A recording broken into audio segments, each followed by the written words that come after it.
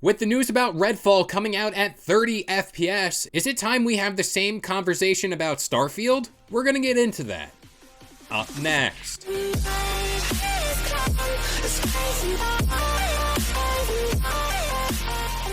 What up guys, this is Kalo, and I'm here to give you the lowdown on all things gaming, and if you're new here, feel free to subscribe to this channel for weekly video game news content, drop a like on the video, and welcome to the Level Up. Okay, so today's Level Up is going to be a little divisive, but I want to preface this all by saying whatever we talk about today is mere speculation and more or less not a news video of sorts, but a video to open up a rational conversation on the internet.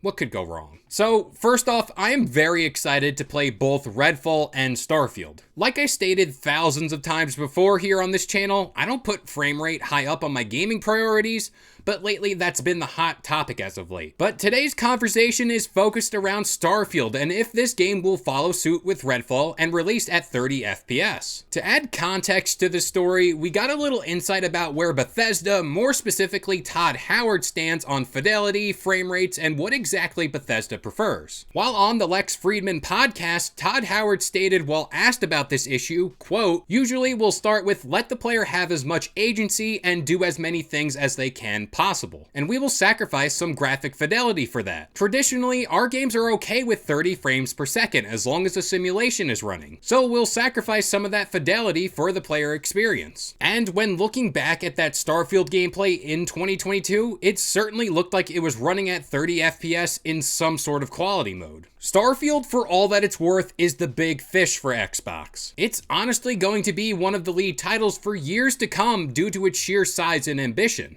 And if Bethesda and Microsoft can deliver on all that they promised, this game will be huge. And this game running at 30 FPS being Starfield compared to Redfall is like comparing night and day. Redfall, scale-wise, is much smaller and I'd assume less technically demanding than Starfield for obvious reasons. Starfield is not only a first-person shooter game, it's a space exploration game with crafting mechanics and so much more under the hood. And Redfall seems to be a first-person shooter, fast-paced action game. Mainly what I'm getting at here is, sure, it would be amazing for both games to be launched with that glorious 60 frames per second.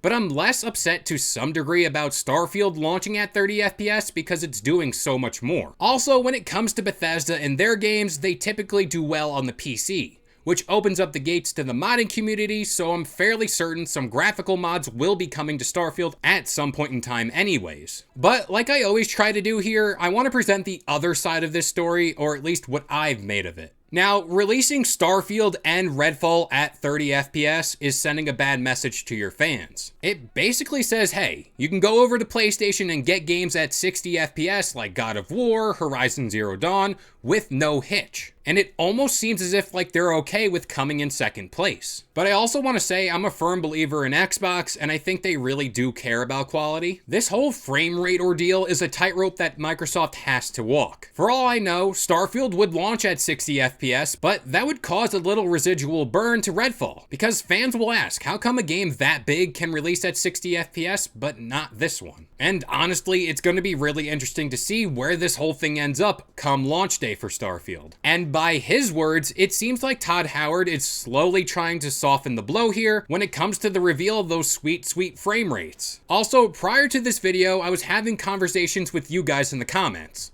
and a commentator brought up a valid point here.